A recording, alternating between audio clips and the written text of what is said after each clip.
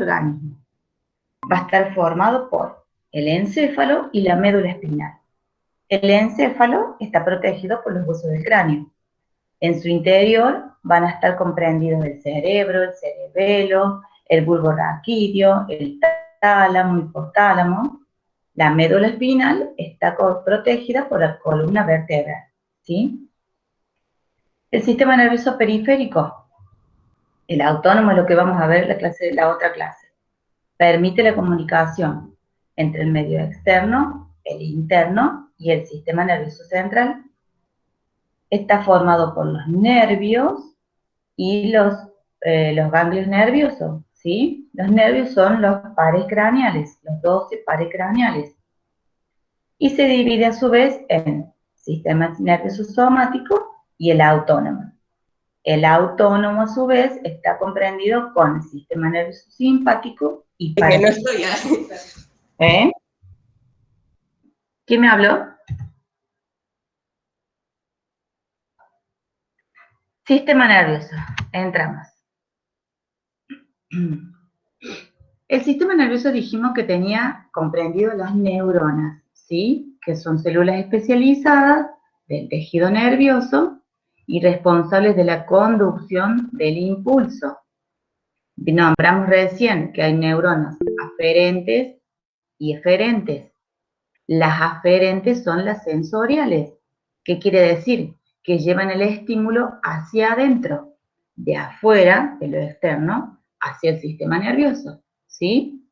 Las eferentes son las motoras.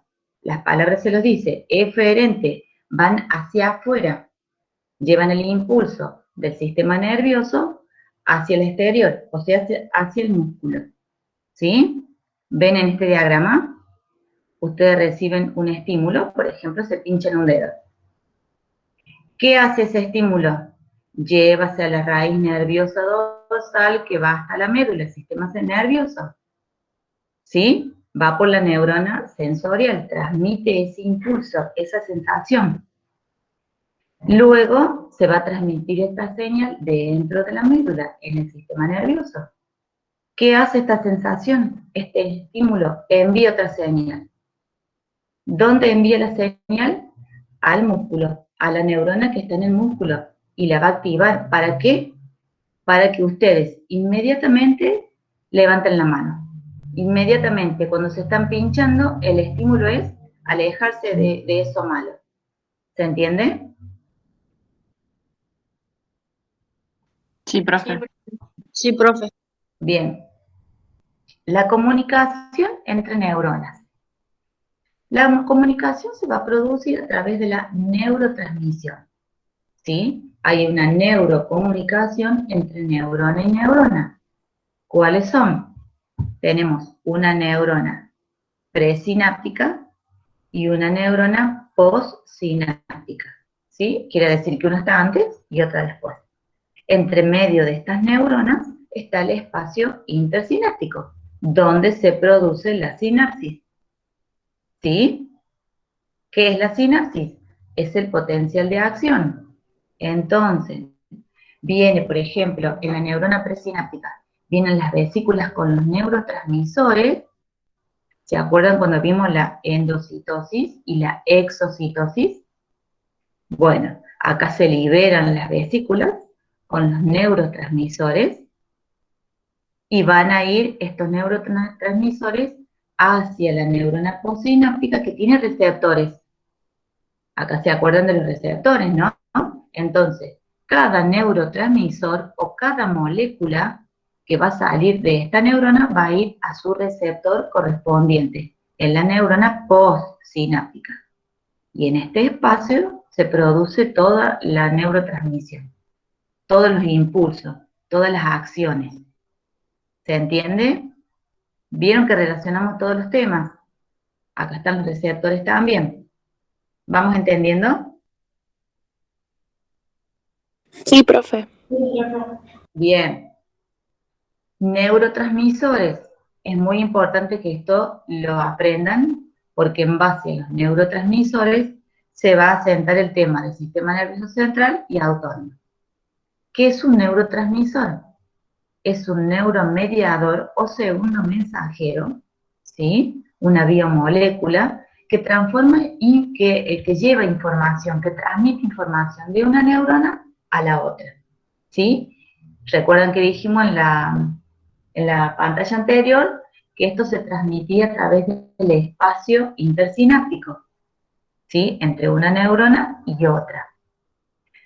Existen más de 90 neurotransmisores en nuestro organismo, en el sistema nervioso, pero nosotros vamos a ver algunos de ellos, los más importantes nada más, ¿sí? Por ejemplo, la acetilcolina, que después ustedes lo van a ver con el nombre de receptores colinérgicos, ¿sí? Donde va a ir la acetilcolina, va a ir a los receptores colinérgicos. Otro neurotransmisor, por ejemplo, puede ser la noradrenalina. Esta actúa en el sistema nervioso autónomo y cuando vamos a hablar de noradrenalina, se refiere que van a ir a receptores adrenérgicos, ¿sí? Este generalmente es en el sistema nervioso simpático.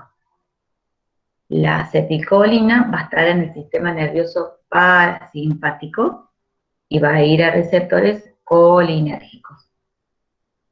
Después tenemos otros neurotransmisores, por ejemplo, la dopamina, la serotonina, el GABA, que es el ácido GABA aminobutírico, y el glutamato. Esos son dentro de los más importantes. Tienen otro como la glicina también. ¿Sí? Profe, disculpe, ¿qué era GABA? ¿Cómo?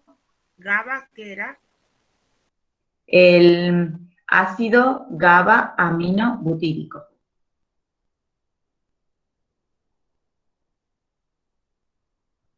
No se van a asustar por los nombres, pero miren, ya vamos a hacer. Por eso les hice este Power con todo bien resumido, para que ustedes lo lean y ya se acuerden. Miren. Profe, ahí está en el cuadrito GABA, el Sí, significado. sí, sí. Profe, ¿Sí? perdón que le interrumpa.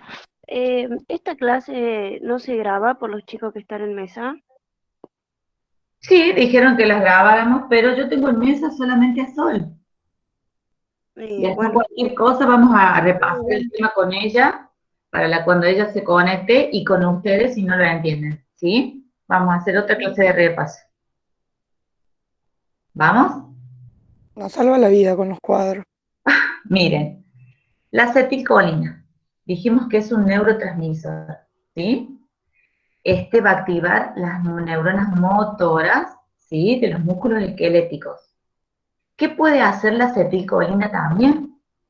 Va a dilatar los vasos sanguíneos, va a disminuir la frecuencia cardíaca, va a aumentar las secreciones corporales. ¿Por qué? Porque va a actuar en el sistema nervioso parasimpático, ¿sí? Esto es cuando veamos la otra clase, el autónomo. Esto acuérdenselo bien. El autónomo se dividía en parasimpático y simpático. El simpático era el que a nosotros nos determinaba en un momento de estrés, ¿sí? Por ejemplo, cuando estaban el otro día en el momento de examen, tenían el simpático. ¿Qué quiere decir? Que estaban nerviosos, que se les secaba la boca, que transpiraban, que tenían ganas de ir al baño, ¿no? Bueno, lo contrario que regula ese sistema es el parasimpático. Después que están en toda esa situación, de a poco va actuando el parasimpático. Entonces, ¿a ustedes a qué lo lleva? A que se dilaten los vasos sanguíneos, a que disminuya la frecuencia cardíaca, ya no están con la taquicardia que estaban en el examen, va a aumentar las secreciones corporales, ya vuelve, por ejemplo, la salivación, ya no tienen la boca seca, ¿sí? Es un estado de reposo. Entonces, la acetilcolina es un neurotransmisor del parasimpático, ¿sí? Entonces va a tener todo esto, miren lo que les dije acá. Disminuye la frecuencia, aumenta las secreciones, dilata los vasos sanguíneos, ¿sí? Es un neurotransmisor que puede actuar como excitador o como inhibidor, ¿Se entendió? Vamos con la dopamina. La dopamina es un neurotransmisor que controla los movimientos voluntarios del cuerpo, ¿sí? Y las reacciones del cerebro. Por ejemplo, la creatividad, generar ideas, ¿sí? También se relaciona con las conductas adictivas. Pero el déficit de este neurotransmisor, que es excitador en el sistema nervioso, puede provocar el Parkinson, ¿sí? Por eso de ahí podemos ver después los medicamentos antiparkinsonianos. La noradrenalina es otro neurotransmisor muy importante, pero del sistema simpático. Entonces, ¿qué va a hacer este neurotransmisor en el organismo? Bueno, lo va a preparar para el estrés, ¿sí? Es lo que ustedes conocen como la adrenalina o la epinefrina, cuando la ven en el quirófano, en los frascos de medicación. Entonces, si actúa en el simpático, ¿qué va a hacer? Va a elevar la frecuencia cardíaca, va a elevar el tono vascular, aumenta la presión sanguínea, ustedes sienten más ansiedad, más nerviosismo, se les seca la boca, ¿sí? ¿Se entiende? Es un neurotransmisor excitador. La serotonina es otro neurotransmisor que puede actuar de las dos formas, como la acetilcolina, tanto inhibidor como excitador en el sistema nervioso. ¿Qué efectos tiene esto? Bueno, este va a disminuir la ira o puede llevar a la depresión también, hay que tener mucho cuidado. Va a intervenir en el humor, en la ansiedad, en el sueño, en la alimentación, en la vigilia. Es muy importante la serotonina. También tenemos, por ejemplo, el glutamato. Es otro neurotransmisor excitador, ¿sí? Y se relaciona con la memoria. El ácido gamma aminobutírico también es muy importante, es inhibidor, ayuda a dormir, a disminuir la ansiedad, ¿sí? Pero los niveles bajos de GABA pueden ocasionar epilepsia, ¿sí? Eso lo vamos a ver también más adelante. ¿Quedó claro este cuadro? Sí, profe, clarísimo. Bueno, este cuadrito que está acá, usted lo tiene que tener muy en cuenta siempre para entender todos los fármacos después. Es como un resumen. Entonces, miren, los neurotransmisores excitadores vamos a tener a la noradrenalina, a la adrenalina, a la dopamina, el glutamato y la serotonina, ¿sí? Los inhibidores, vamos a tener la serotonina, que dijimos que podía actuar de las dos formas, el GABA, la glicina, ¿sí? En los excitadores acá falta cuál, a ver qué dijimos anterior, para que ustedes lo completen. El fenletiamina, ¿ese no cuenta? Sí, es otro neurotransmisor, pero bueno, nosotros vamos a ver los más importantes. La serotonina, el glutamato, dopamina, noradrenalina, y me falta otro que nombré en el anterior, en el cuadro, para que ustedes lo completen acá. Miren. La serotonina va a estar en los dos. Claro, ese puede actuar de las dos maneras en el sistema nervioso, ¿sí? Pero me falta uno. La acetilcolina también sería. La acetilcolina, bien. La acetilcolina actúa de las dos formas. ¿Me escucha? Ahí, a ver, sí. La noradrenalina que dice, o sea, que prepara el cuerpo para el estrés.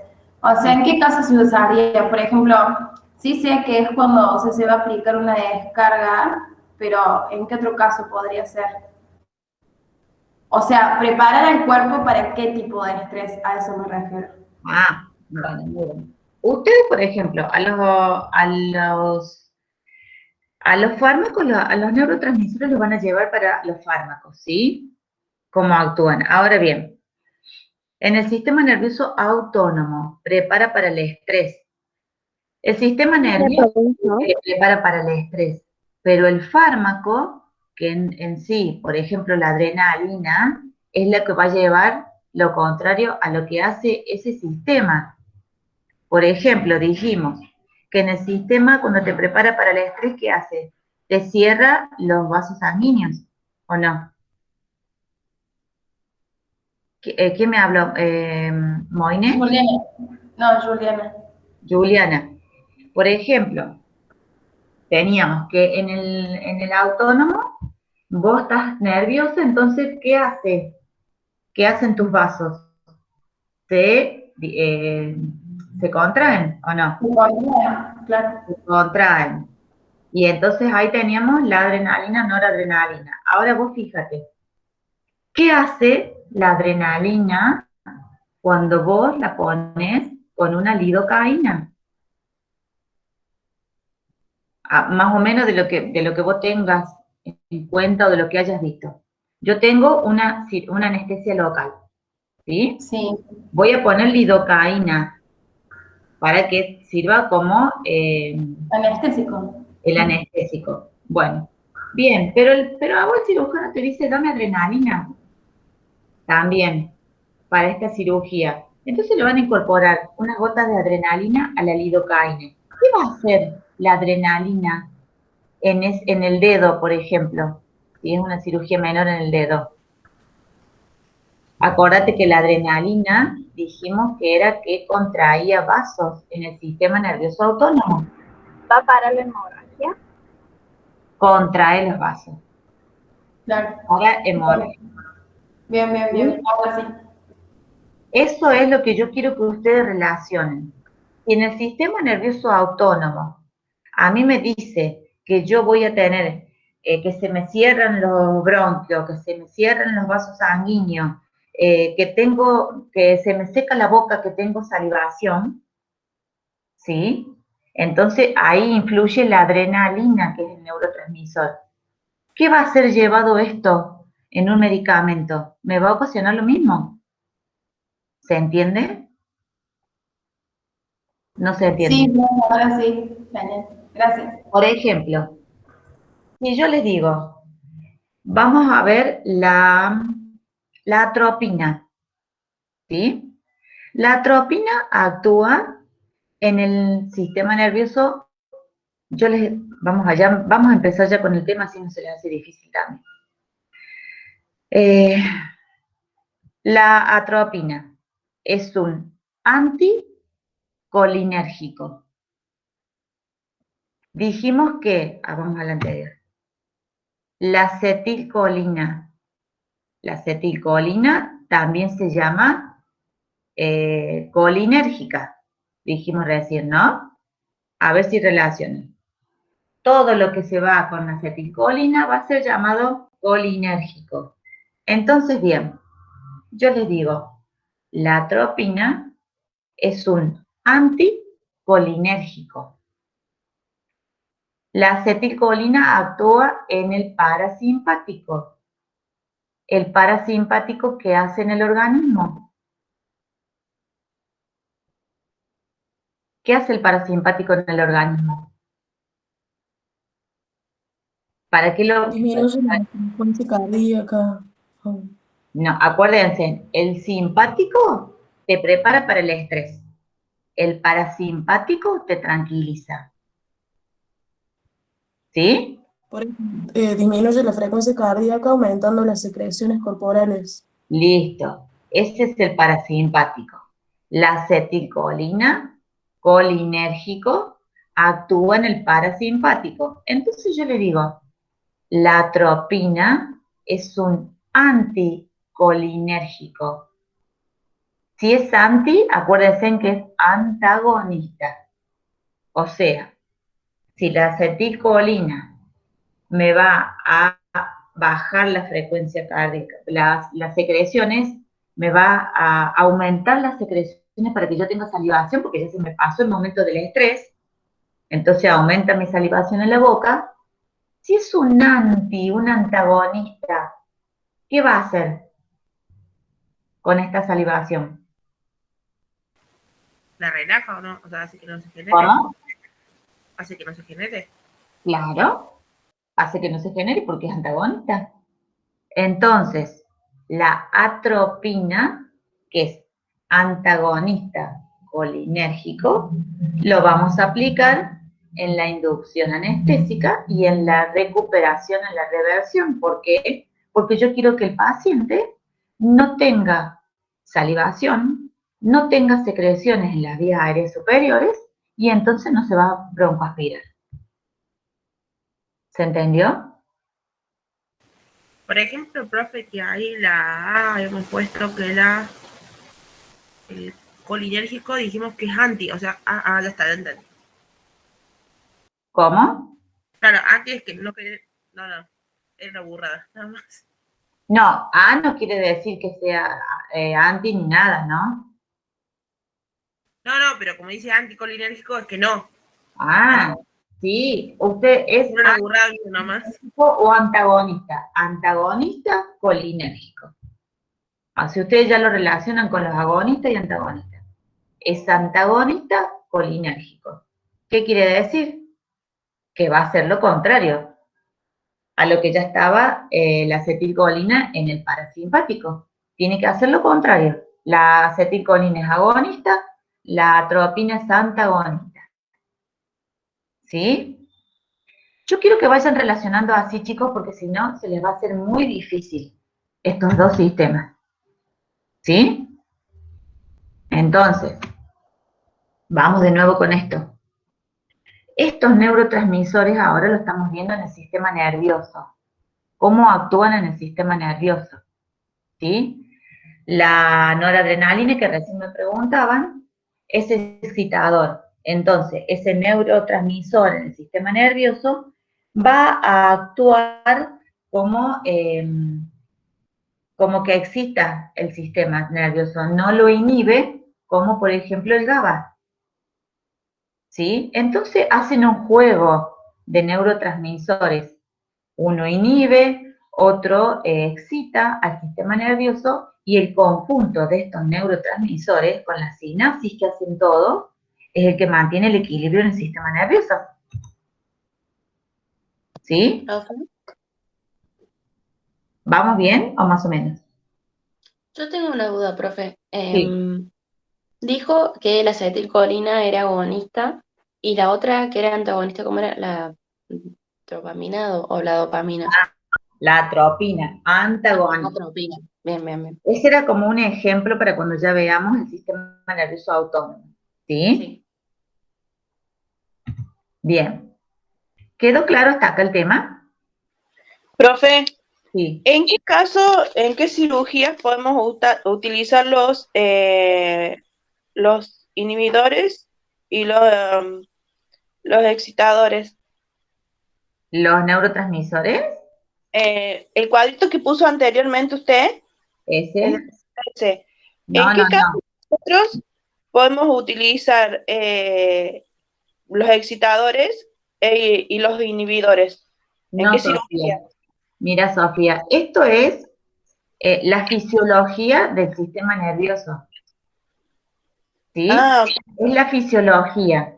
¿Cómo está conformado y cómo funciona el sistema nervioso central?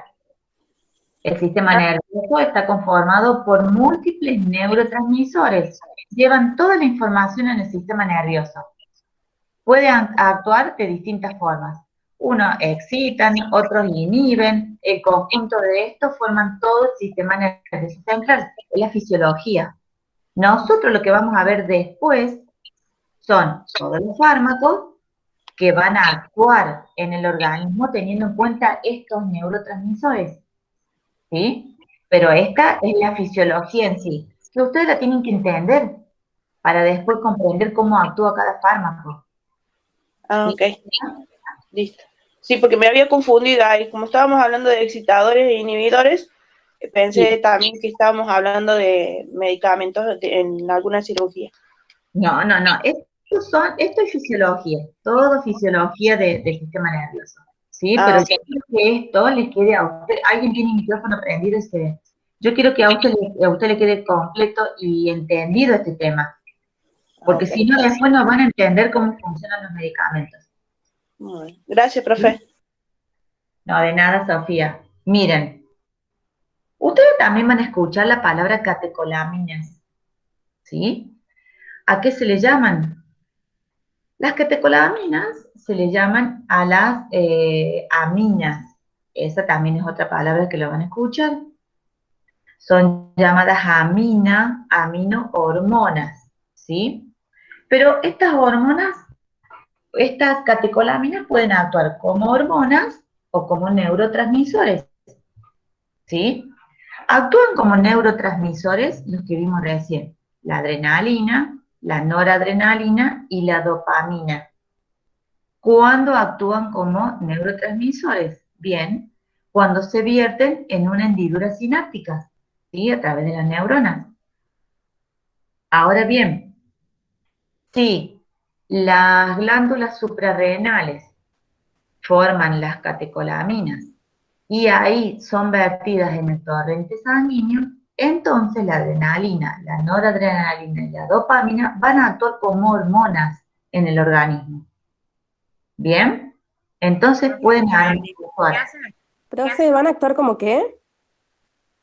Si la adrenalina, la noradrenalina y la dopamina son vertidas en el torrente sanguíneo, actúan como hormonas en nuestro organismo. ¿Bien? Ahora, si son desprendidas en una hendidura sináptica entre neurona y neurona, van a actuar como neurotransmisores en el sistema nervioso. ¿Y en qué van a estar asociadas? Al estrés y a la lucha. Acuérdense, la adrenalina, la noradrenalina y la dopamina estaban en el sistema simpático. ¿Sí? La adrenalina incrementa la frecuencia, como ya dijimos, dilata las vías aéreas, contrae los vasos, ¿sí? Participa todo en el simpático, en la lucha, en el estrés, en la huida. Profe, ¿Sí? antes que continúe, usted dijo que cuando se inyectan se transforman en hormonas y lo otro dijo, No, cuando se inyectan, no. Cuando se sintetizan, cuando se crean en las glándulas suprarrenales, sí, estas catecolaminas van a ser vertidas al torrente sanguíneo. Y van a actuar como hormonas en el organismo. Listo. Ahora bien, si son sintetizadas en las neuronas y se diseminan a través de la hendidura sináptica y van a los receptores de la neurona postsináptica, actúan como neurotransmisores. ¿Bien? Sí, gracias. O sea, al inhibirla pueden actuar de dos formas de acuerdo a dónde se sintetizan. Sí, bien. Es así. Por eso, vieron, yo trato de hacerle los power lo más resumido y explicado a ustedes, lo más sintetizado para que lo entiendan bien porque cuesta esto, cuesta entender. Bien, vamos con los fármacos. Ya vimos la fisiología, ¿sí? Profe, ¿Sí? perdón, me queda una duda. ¿Cómo se asociaban la adrenalina, la noradrenalina y la dopamina? Que dijo recién al estrés y a la lucha, ¿puede ser? Sí, sí, en el sistema bien. nervioso simpático. Sí, gracias. De nada. Bueno, vamos a ver, ya entramos a los fármacos, ¿sí? Esto también, mientras ustedes lo entiendan bien, después les va a ser re fácil y ni siquiera estudiarlo. Miren, la mayoría de los medicamentos que van a afectar al sistema nervioso central van a actuar mediante la alteración en algún paso del proceso de la neurotransmisión. Esto recién era lo que le decía Sofía. Se trata del proceso de neurotransmisión, de la fisiología del sistema nervioso. Entonces, los fármacos que van a actuar en el sistema nervioso central van a actuar alterando algún paso en el proceso de la neurotransmisión. ¿Sí? También pueden activar o bloquear receptores postsinápticos los fármacos, pero en sí los fármacos del sistema nervioso central actúan alterando el paso en el proceso de la neurotransmisión, ¿sí? ¿Cómo se van a clasificar estos fármacos? Bueno, en ansiolíticos e hipnóticos, en antidepresivos, en antipsicóticos, que son los conocidos también como neurolépticos, en antiepilépticos o anticonvulsivos, y los fármacos que son utilizados para los medicamentos en enfermedades neurodegenerativas como el Parkinson y la esclerosis múltiple amiotrófica, ¿sí? En eso son las categorías de los fármacos. Nosotros vamos a ver solamente ansiolíticos y antidepresivos, ¿sí? Porque si no el tema se hace muy largo y no vamos a llegar. Profe, una pregunta. Sí. ¿Qué era postsináptico? Creo que decía ahí. Postsináptico, acuérdense en el dibujito que vimos en la primer diapositiva. Tenemos la neurona presináptica, ¿se acuerdan? Ah, sí, sí, sí. Y Presináptico, esto cuando la pasa en la neurona neurotransmisión. postsináptica. ¿Me hablaron? Bien. No, fui yo, perdón. Acuérdense en esa. La postsináptico es la neurona que sigue después de la sinapsis, ¿sí? Sí. Bueno. Ansiolíticos e hipnóticos. ¿Quieren 46? Bueno, toman menos 10 y se toman hasta 10 minutitos, ¿sí? ¿O quieren que sigamos? No, profe, vamos como usted dice. Bueno, vamos. Los ansiolíticos e hipnóticos.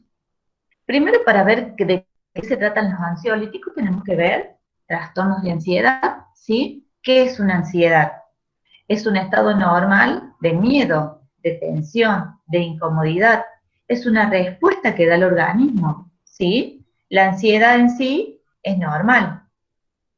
Ahora bien, esta ansiedad se puede volver patológica. ¿Qué quiere decir? Que va a haber episodios repetidos de esta ansiedad, que van a durar mucho tiempo, que tienen una reacción desproporcionada, o sea que están continuamente ansiosos, ¿sí? Continuamente estresados, ¿sí? Es una diferencia entre la ansiedad patológica y la normal. ¿Cuáles pueden ser los síntomas de los trastornos de ansiedad generalizada? Bueno, pueden sentir irritabilidad los pacientes, nerviosismo, agitación, pueden sentir una sensación de que siempre hay un peligro inminente, ¿sí? Van a resultar que van a tener problemas de sueño, van a tener insomnio, se van a sentir cansados, a veces pueden tener diarrea, el síndrome de colon irritable, ¿sí? Pueden volverse muy asustadizas las personas también, tener malos pensamientos. Entonces, eso es a lo que se va a referir a lo que ustedes van a escuchar también como TAP, el trastorno de ansiedad generalizada. Y para estos trastornos se van a utilizar los ansiolíticos, ¿sí? ¿Cuál es el mecanismo de acción de estos fármacos? Entonces, miren, acá es lo que decíamos anteriormente. La mayoría de estos fármacos, ¿sí?, son depresores del sistema nervioso central y actúan aumentando el GABA. Acuérdense que el GABA era un neurotransmisor que inhibía la actividad cerebral. Entonces, si el GABA inhibe la actividad cerebral, entonces ¿a qué lleva esta persona? Al cerebro. Lo lleva, por ejemplo, a una depresión, porque inhibe la actividad. Pero como se van a proporcionar los ansiolíticos, que estos actúan aumentando el GABA, en vez de ser tan inhibidor, va a hacer que haya más de estos neurotransmisores. ¿Se entiende? O sea, sería, por ejemplo, yo estoy con depresión, voy al médico, el médico me da un ansiolítico y yo aumentaría esa depresión. O sea, me sentiría mejor. No.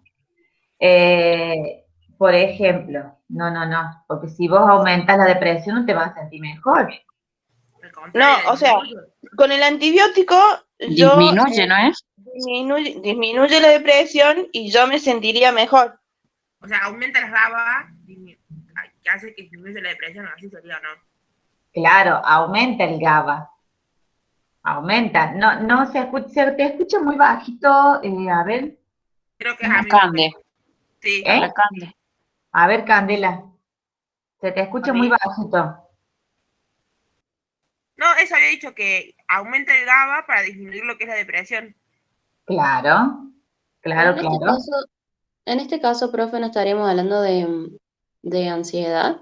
¿O ambos actúan en el sistema nervioso central aumentando o disminuyendo el GABA? Sí, en el sistema nervioso actúan en el neurotransmisor. Estamos Claro, hablando pero... de los ansiolíticos, ¿sí? Ah, bien. ¿Y ¿Cuáles los van a ser? antidepresivos también? Entonces, miren chicos, ¿cuáles van a ser los efectos de este ansiolítico? Va a resultar que va a producir efecto calmante y de somnolencia, ¿sí? Entonces va a ser eficaz ¿para qué? Para tratar la ansiedad y el sueño, ¿o no? ¿Se entiende o está difícil? No, creo que ya comprendí. O sea, A eso actúa. yo depresiva Sí. tomo un ansiolítico para estar mejor, en la cual yo voy a poder descansar y mejorar mi estado anímico. Claro, el sueño y todo. Listo, genial. Ahí entendí. Claro. ¿Y dónde actúa? Actúa en el GABA. En el GABA. Ujú. Bueno, vamos. Entonces, las personas que van a comenzar a tomar los depresores del sistema nervioso, por lo general van a comenzar a sentir somnolencia. Vieron que los induce al sueño cuando toman uno de estos medicamentos, ¿sí? En los primeros días, hasta que el organismo después se adapta.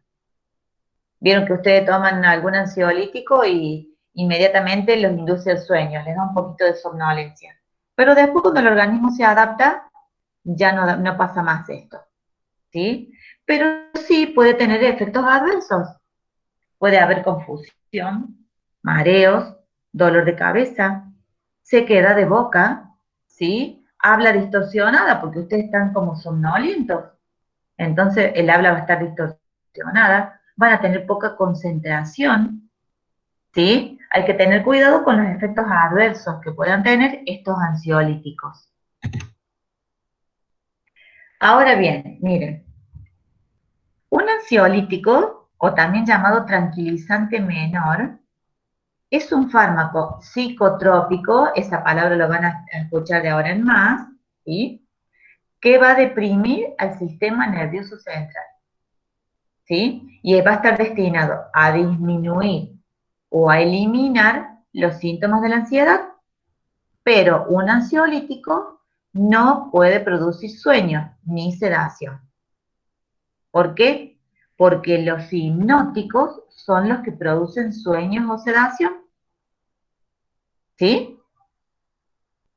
Entonces, todos los ansiolíticos van a disminuir la acción en el sistema nervioso central. Los ansiolíticos no dan sueño y los hipnóticos sí. Profe, esta sería entonces la clasificación de los ansiolíticos.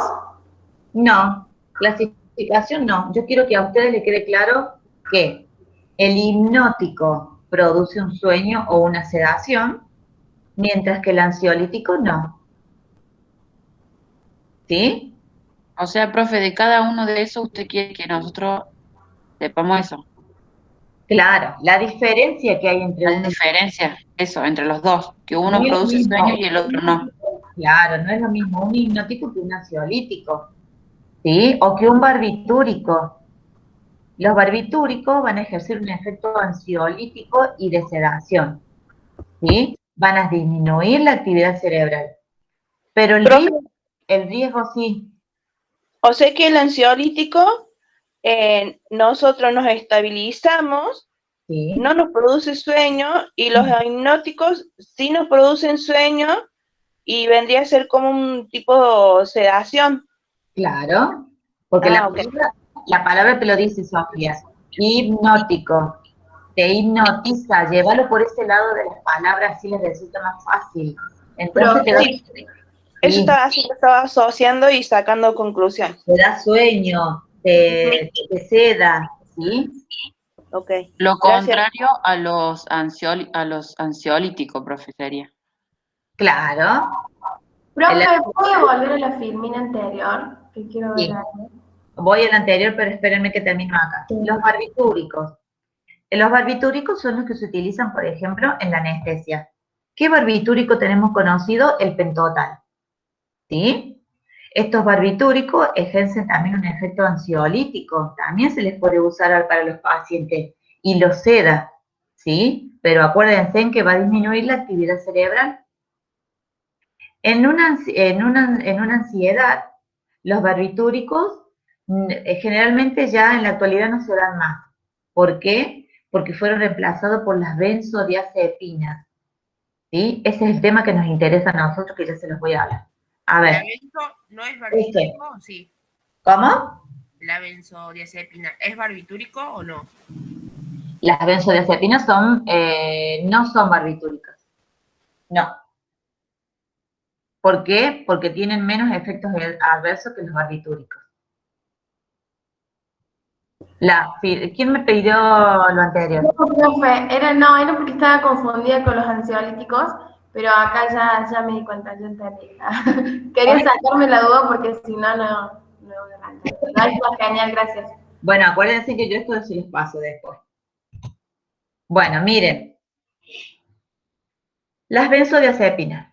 Las benzodiazepinas hoy en día reemplazaron a los barbitúricos. ¿Por qué? Porque los barbitúricos tienen muchos efectos adversos y pueden provocar adicción.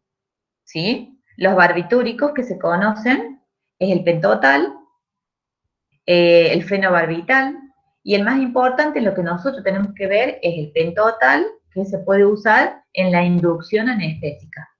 ¿Sí? Los barbitúricos también se pueden usar para tratar el insomnio, las convulsiones, aliviar la ansiedad, pero tienen muchos efectos adversos. Mientras que las benzodiazepinas son las que se utilizan en la actualidad, tienen muchísimos menos efectos adversos, ¿sí? Y también pueden ser usados para aliviar la ansiedad, para relajar los músculos, para inducir el sueño. ¿Qué medicamentos, qué fármacos vemos acá? Por ejemplo, el midazolam es el que se utiliza en la inducción anestésica, el diazepam, el clonazepam, el alprazolam, son los que se utilizan si al paciente se le quiere proporcionar como tranquilizante la noche anterior a la cirugía. ¿Sí? Ahora bien, los hipnóticos dijimos que son los que inducen al sueño. ¿Sí? Son los medicamentos que se proporcionan para que la persona pueda dormir mejor. Pero ojo, los hipnóticos son sedantes, pero no son benzodiazepinas. ¿Sí? ¿Cuáles podemos encontrar acá como ejemplo más común? Hay millones, pero los que más se usan, el solpidem, el saleplón, la esoplicona. Ustedes, los que ven acá entre paréntesis, son algunos de los nombres que pueden encontrar en las farmacias. ¿Sí? Entonces, las benzodiazepinas es lo que a nosotros nos interesa. Ya se nos pasó la hora. ¿Quieren tomarse 10 minutos? ¿Hasta las 10? Sí, Bueno, profe, antes que nos vamos, profe, las benzodiazepinas, Sí. ¿son como relajantes? Las benzodiazepinas como relajante. Sí, también actúan como relajantes. Ah, ok. Sí, Claro, sí. porque relaja Por los eso, músculos. claro. Bien. Ya lo entienden. Si lo entienden todo acá, no les hace falta estudiarlo. La verdad que me pone contenta porque es muy difícil este tema y el que viene es peor, así que, bueno. Bueno, chicos, vamos. A las y 10, por favor, conéctense de nuevo, así aunque sea, terminamos con esto. Bueno, profe. Bueno, Bueno, profe. Lo voy a dejar, si lo dejo acá, no se me sale ni nada, ¿no? Y ustedes pueden volver a entrar, sí. No, profe, déjelo ahí, quédese tranquila. No. Claro, Bueno, profe. listo, vuelvan a las y 10.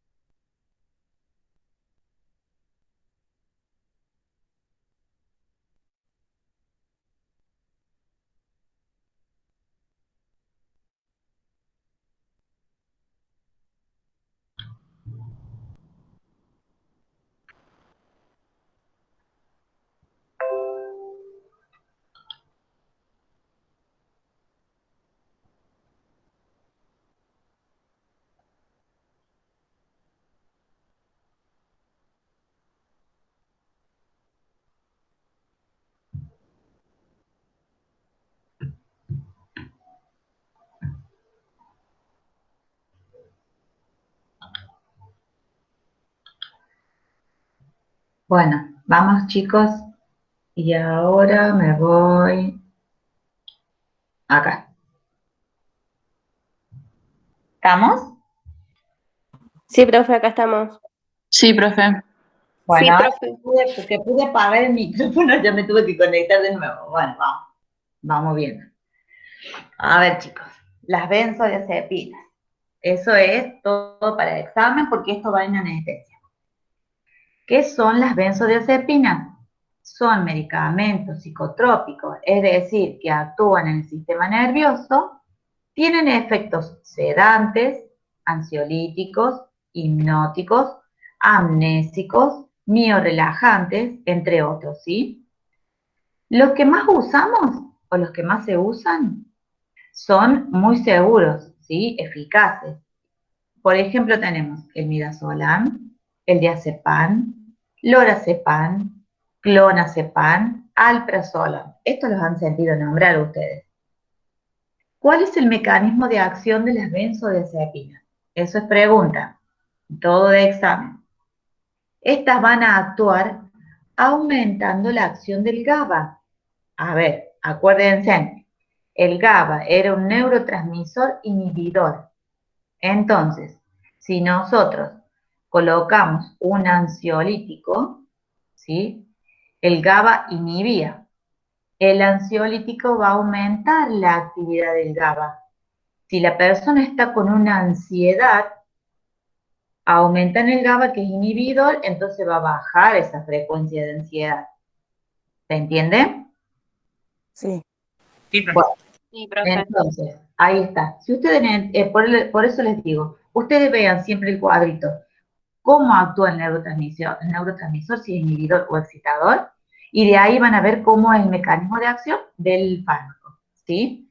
Deprime el sistema nervioso central, promueve relajación, ¿sí? Es hipnótico pero a dosis alta. Si una Entonces, sí, ¿qué posibilidades hay que nos haga de esto que estamos viendo ahora un cuadrito como hicimos en antibióticos? Porque estuvo súper fácil eso para estudiar. y bueno, eso lo vamos viendo. La clase que viene, como ustedes no van a tener clase, pueden ir haciendo un cuadrito. Entonces, después lo presentamos y para que sea más fácil, los chicos lo van copiando. ¿Qué les parece? Ah, está bueno, está bueno, está bueno. Bueno, Profe, ¿el benzo vayan genera haciendo un dependencia? esquema, por favor. ¿Cómo? ¿El benzo genera dependencia o no? ¿La benzodiazepina? Sí. Y sí, puede crear dependencia. Ustedes imagínense que toman un diazepam o un clona.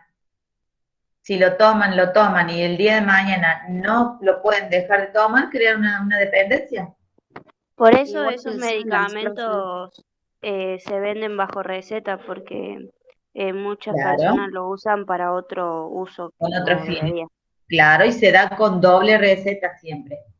Entonces, se van a distribuir muy fácilmente las benzodiazepinas por todos los tejidos, ¿sí? Y se concentra en el tejido cerebral y tejido graso. También va a atravesar la placenta y la leche materna. Ustedes van haciendo un cuadro con todos estos tips que les doy, así les es más fácil para estudiar. Entonces, ¿Y qué categorías serían entonces para una embarazada? ¿Una B y una C? si atraviesan la placenta y la leche, ¿qué puede ser? Porque si atraviesa la leche también, le va a afectar al bebé. Para mí una D. Para Sí. mí una D también. Un poco más, ¿o no? Claro, Puede muy ser bien. una X, pero cuando hablamos de la leche materna más que todo. Claro, pero atraviesa la placenta también. Entonces D y X. Ujú. Muy bien.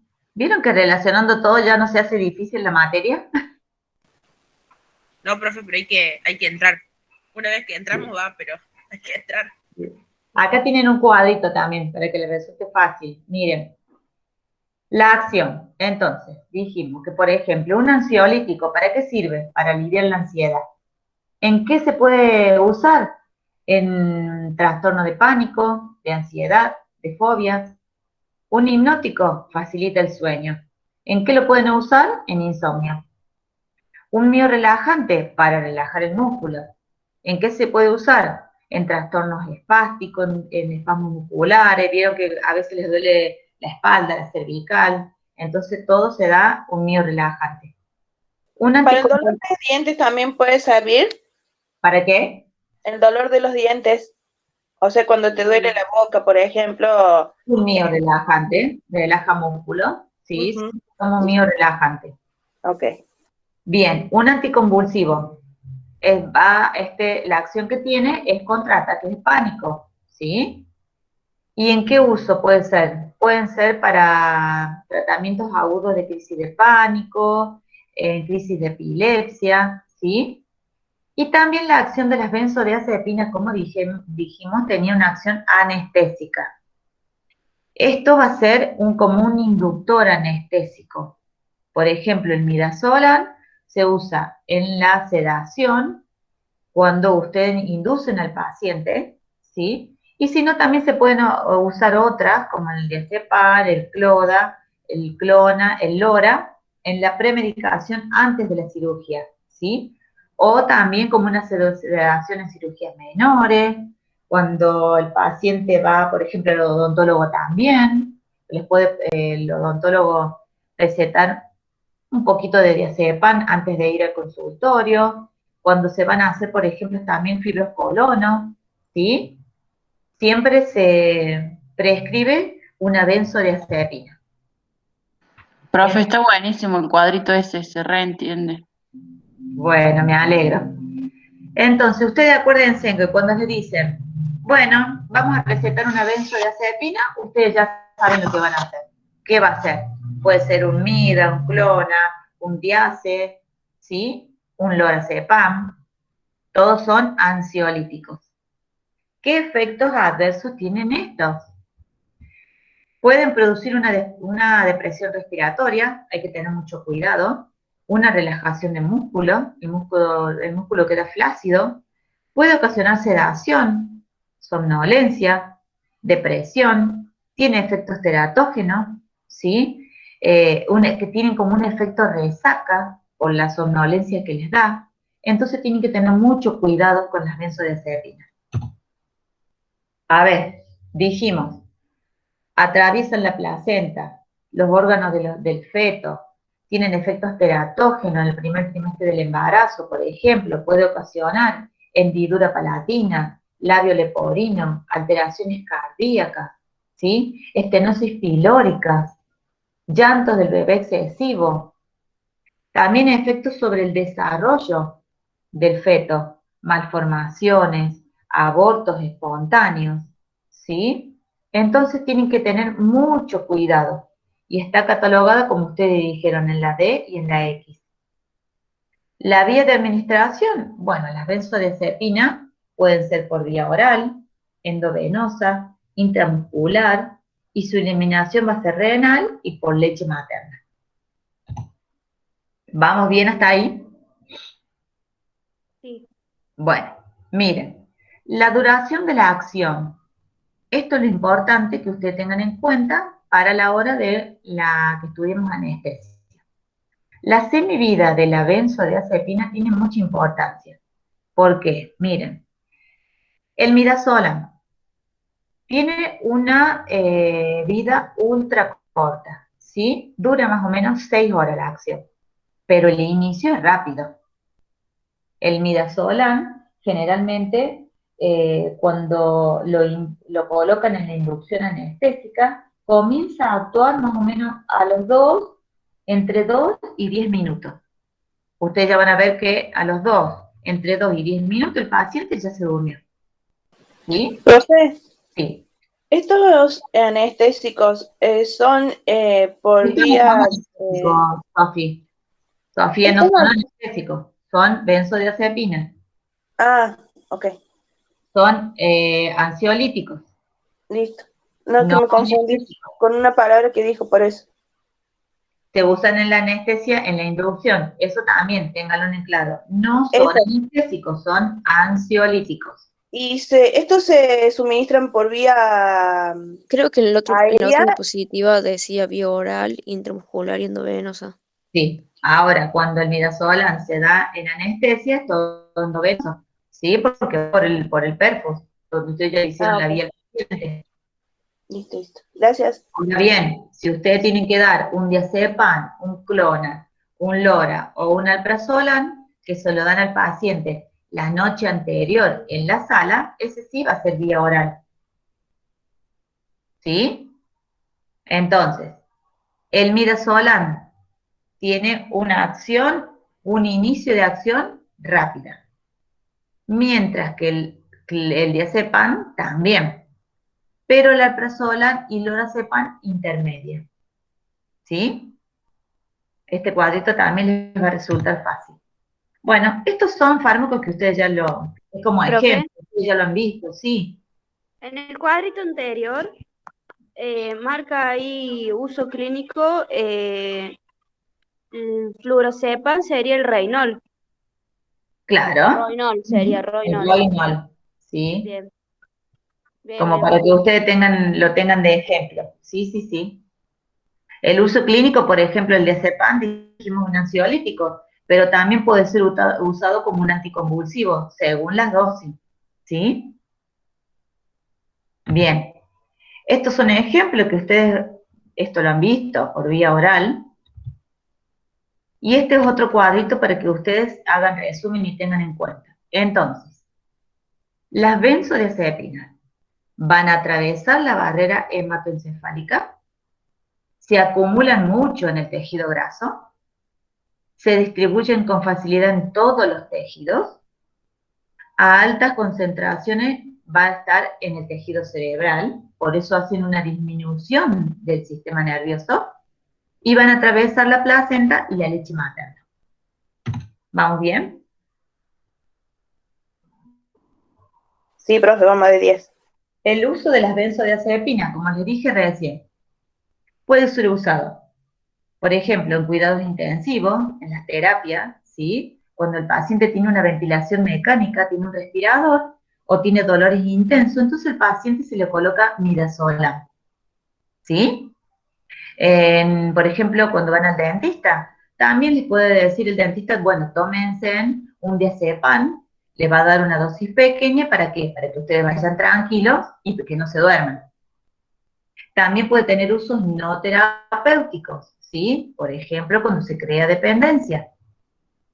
Y también es usado en ancianos, en los geriátricos, ¿sí? Pero acá son mal usadas, porque se usan a dosis altas, ¿para qué? Para que el paciente siempre esté dormido. Entonces tengan mucho cuidado con las benzodiazepinas. Y eso le causa efectos adversos muy graves, ¿no, profe? Y en los pacientes también, imagínense un anciano, un adulto mayor, Puede dar una sobredosis. claro, adquieren dependencia, están siempre dormidos, no coordinan ellos, no van a coordinar ni el cuerpo ni su mente, no van a tener ganas de comer, ganas de nada. ¿Y para qué los tienen ellos siempre así, dormidos, para que no molesten? Entonces hay que tener mucho cuidado con eso y usted tiene que estar también con los ojos bien abiertos para darse cuenta, porque un paciente que tiene una benzodiazepina, ustedes van a ver que el paciente está como dormido pero con los ojos abiertos, sus pupilas están dilatadas, no reaccionan, ¿sí? Profe, ¿Sí? yo he escuchado de algunos medicamentos de estos ansiolíticos que también se los dan a los pacientes psiquiátricos, digamos, Claro, para también mantenerlos así dormidos. tranquilos, claro, para mantenerlos tranquilos. Entonces ustedes, donde vean, que no vean el nombre del fármaco, pero que vean la palabra benzodiazepina, que generalmente se pone con estas letras, así como puse yo, BZD, se achica, no me sale la palabra ahora, ustedes ya van a saber de lo que se trata, ¿sí? Entonces tengan mucho cuidado. Ahora bien, nosotros lo que nos vamos a dedicar es el uso en cirugía. Entonces, van a proporcionar un diazepam o un lorazepam vía oral la noche anterior al paciente para que ya esté tranquilo, cuando el paciente está internado y es una cirugía programada. Profe, eso lo realiza la enfermera en la sala, ¿no? Sí, eso es la enfermera en la sala. Ok. Ahora bien, si el paciente viene, se interna esa mañana, ¿sí? O un rato antes, el paciente va a entrar al quirófano y no va a tener ninguna benzodiazepina. Entonces, ¿qué va a pasar? en el momento de la inducción, lo primero que hace el anestesista, el anestesiólogo, perdón, es colocar un midazolam vía endovenosa. Le pone el suero al paciente y comienza a inyectar el midazolam. ¿El paciente qué va a hacer? Ustedes se van a sentir, no sé si ya han estado alguna vez en cirugía, van a sentir que de lo bien que están, les empiezan a decir, bueno, ahora vas a estar tranquilo, te vas a dormir, quédate tranquilo, listo. Una vez que inyectaron el midazolam, 2 minutos, 3, como mucho 5, ustedes ya están dormidos, ¿sí? Ahora bien, entonces dijimos, el midazolam pertenece a los fármacos que deprimen el sistema nervioso central, inducen al sueño, son poderosos ansiolíticos, hipnóticos, relajantes musculares, ¿sí? Pero acuérdense que no poseen efectos analgésicos ni anestésicos, ¿sí? Las indicaciones ya lo vimos nosotros. Por ejemplo, si va un paciente a una cirugía ambulatoria, como una endoscopía, una cistoscopía, una cirugía menor ambulatoria, un cateterismo cardíaco, ¿sí? Se va a colocar una benzodiazepina. También se puede usar como medicación preanestésica, como dijimos recién, en la inducción, ¿sí? Y también esto, ¿qué le va a proporcionar este midazolam al paciente? Le va a proporcionar una amnesia anterógrada. ¿Qué quiere decir? Que el paciente, cuando se despierte, no va a recordar nada de lo que pasó. El paciente se durmió, listo. Después vuelve, cuando se hace la reversión anestésica, vieron que cuando, si han estado alguna vez en cirugía, uno dice, cuando me dijeron, chau, te vas a dormir, uno se durmió. Ahí hizo efecto el midazolam, ¿sí? Y después cuando quise acordar, ya me estaban despertando. Y el paciente no se acuerda de nada, ¿sí? Eso es lo que se llama una amnesia anterógrada. ¿Se entendió? Sí, profe. Bueno, dijimos que es un potente sedante, ¿sí? Y que puede adaptarse a varias situaciones. Pero siempre hay que tener en cuenta al paciente, hay que tener en cuenta el estado físico, la edad, el peso, ¿sí? O si toma algún otro fármaco, esté tomando para otra patología. Entonces, siempre el anestesiólogo va a preguntar, ¿toma otros medicamentos? ¿Qué peso tiene? La edad, ¿sí? Ve el estado físico del paciente y eso va a ser para que de acuerdo pongan la cantidad, administren la cantidad de medicación, ¿sí? Endovenoso comienza a actuar a los 2 minutos, como les dije, y obtiene un efecto máximo más o menos a los 5 o a los 10. El midazolam en adultos se debe proporcionar lento, ¿sí? No que ustedes lo pongan y ya en bolo lo ponen en el percus, no, en la vía. Debe proporcionarse lentamente, más o menos 1 miligramo, ¿sí? En 30 segundos. Y en niños, la dosis inicial se administra más o menos durante 2 o 3 minutos. Por vía oral, el tratamiento también es breve, ¿sí? No se debe hacer más de 2 semanas, porque si no, se vuelve adictivo. Puede desarrollar dependencia, ¿sí?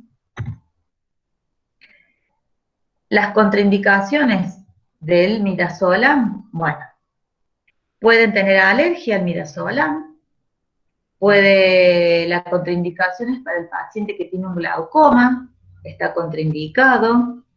También esto provoca una depresión respiratoria. Usted tiene que tener muy en cuenta el anestesiólogo más que todo, porque si ustedes estuvieran en sala, sí, lo ven al paciente, pero acá más el anestesiólogo es el que se fija, porque puede producir apnea, una parada respiratoria, una parada cardíaca, ¿sí? Entonces hay que tener mucho cuidado.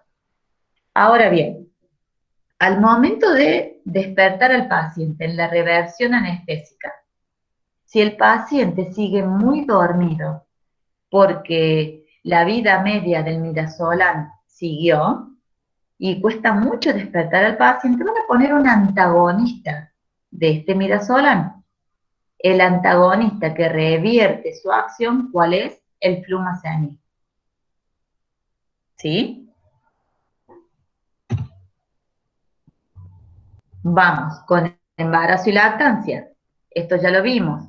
Atraviesa la leche materna, se elimina por vía renal, se excreta en pequeñas cantidades en la leche, pero bueno, no están bien hechos los estudios. Entonces siempre debe ser valorado el riesgo-beneficio, como eso ya lo habíamos visto. ¿Sí? Bueno, el diazepam también, chicos, es lo mismo. Deprime la conducción nerviosa, deprime el sistema nervioso central, se puede utilizar por vía endovenosa, también se puede utilizar en tratamientos prolongados, pero ojo porque puede resultar adictivo, ¿sí? También se lo puede indicar para tratamientos de vértigo, al diazepam, en ataques de pánico, en insomnio, en tortícolis, como un miorelajante. Ahora, en ginecología y obstetricia, en casos de convulsiones, por ejemplo, la eclampsia, ¿sí? Se puede usar. Cuando, por ejemplo, se dilata el cuello uterino, no es necesario que se administre un facilitador de parto, si ya se usó una benzodiazepina, ¿sí? Pero siempre hay que tener mucho cuidado. Esto lo va a valorar siempre el anestesiólogo y el obstetra. En la anestesia vimos que se usa en la premedicación, ¿sí? Generalmente 1 hora antes de la inducción, y si no, en el momento de la inducción anestésica. El midazolam también tiene efectos adversos similares al diazepam, al midazolam. El embarazo y lactancia es lo mismo que el midazolam. Acá les puse como para que ustedes vean, esto es por vía oral, y en el quirófano el diazepam va a estar acá así, como esta ampollita negra, ¿sí? Una ampollita negra generalmente con letras rojas.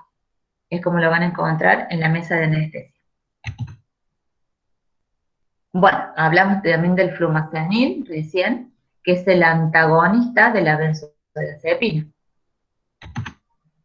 Así lo van a encontrar al flumazenil en el quirófano, o en un vial o en una ampolla. Bueno,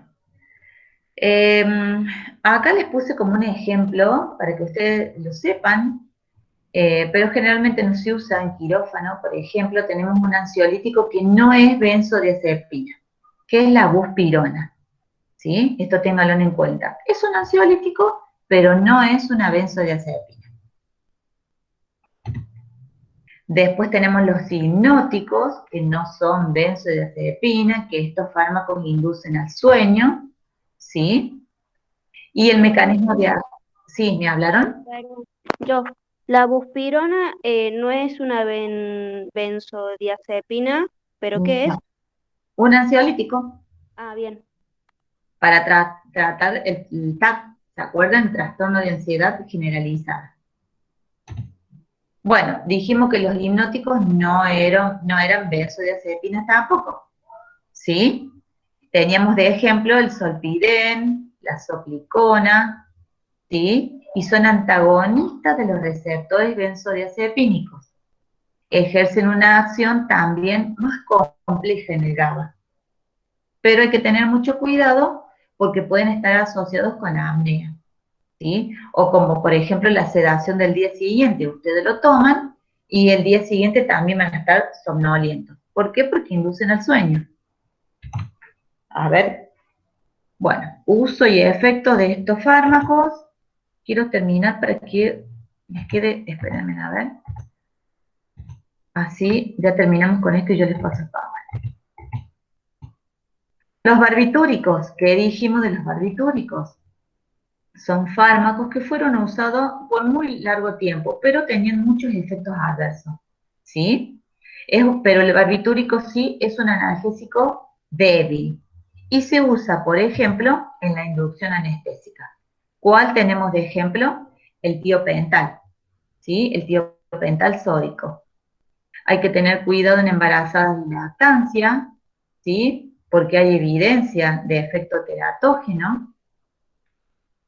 Y por ejemplo, este barbitúrico que es el tiopental, hoy en día fue reemplazado por el propofol, ¿sí? Para la inducción anestésica. Los barbitúricos se clasifican, miren, esto así lo van a encontrar en el quirófano. En este vial, con esta letra negra y este recinto amarillo, así se encuentra el tiopental. Pueden ser clasificados en una acción larga, intermedia y corta. Pero el que se usa es el de acción ultracorta, el tiopental. Hace efecto inmediatamente y una vida corta tiene. Miren, acá tienen un resumen. Las benzodiazepinas. ¿Qué encontramos? Midazolam, clonazepam, diazepam, alprazolam, entre otros. ¿Sí? Los barbitúricos. ¿Cuál encontramos el que más se usa? El tiopental. Dentro de los hipnóticos, acuérdense, inducen al sueño, pero no son benzodiazepinas, encontramos el zolpidem y la zoplicona. Y encontramos también otros sedantes que no son benzodiazepinas, por ejemplo, la buspirona. ¿Sí? ¿Quedó más o menos claro, chicos? ¿Qué significa eso que está ahí al ladito? ¿Cómo? A ver, espérenme. ¿Cuál? Donde dice buspirona y al lado AG5HT1A. Eso es cómo se abrevia, cómo lo van a encontrar abreviado según la clasificación de cómo esté compuesto químicamente, Bien. químicamente la buspirona. Bueno, Ahora entendí. bueno chicos, espérenme que a ver ahora cómo dejamos de... Vamos acá. Listo, ¿se dejó de compartir? Y ya dejó, profe, de compartir. Listo. Bueno, ¿fue muy difícil? Más o menos. Julián. Bueno, pero fue muy rápido ahora como yo se los voy explicando, pero ahora cuando yo se los pase, ustedes lo leen y van a ver que en un cuadrito muy chico lo van a poder hacer. ¿Sí? Entonces, a ver quién me escribió.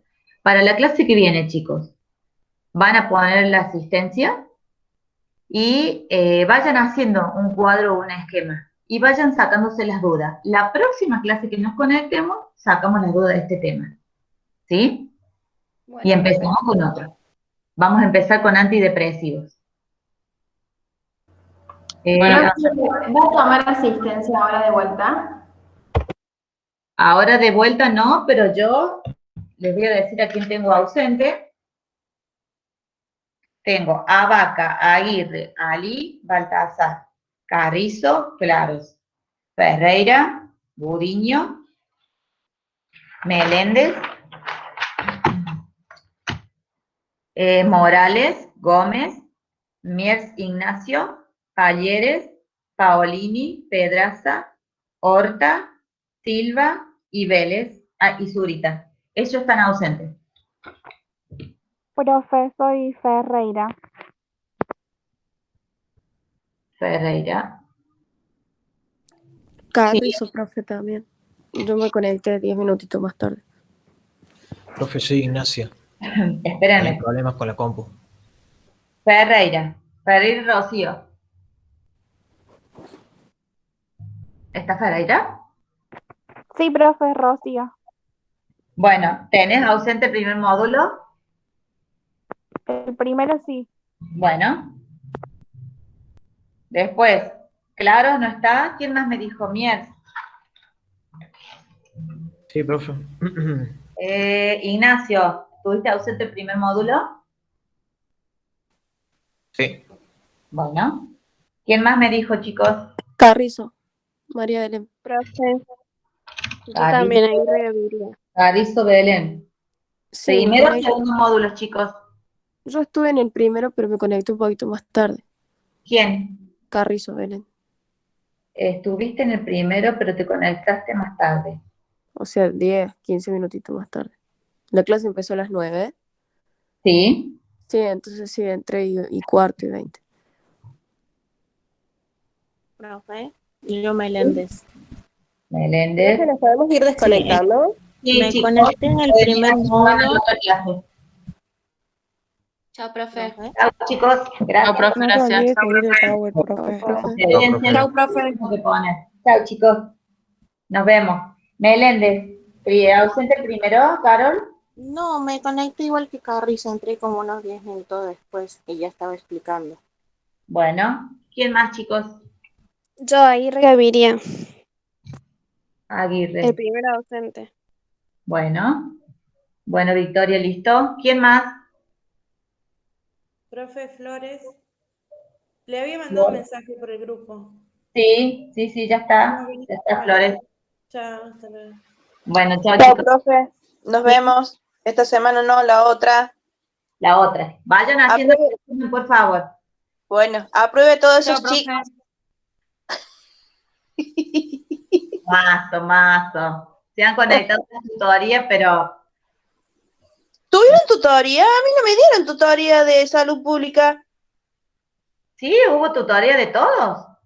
No, a mí no me avisaron nada, ni me mandaron mail, nada de nada. Yo pensé que no había nada. Así que yo me preparé como pude, sola, y bueno, gracias a Dios me fue bien. Ah, bueno, de 10, pero sí tuvimos que armar tutoría. Y pasamos a coordinación, y coordinación les pasaba cada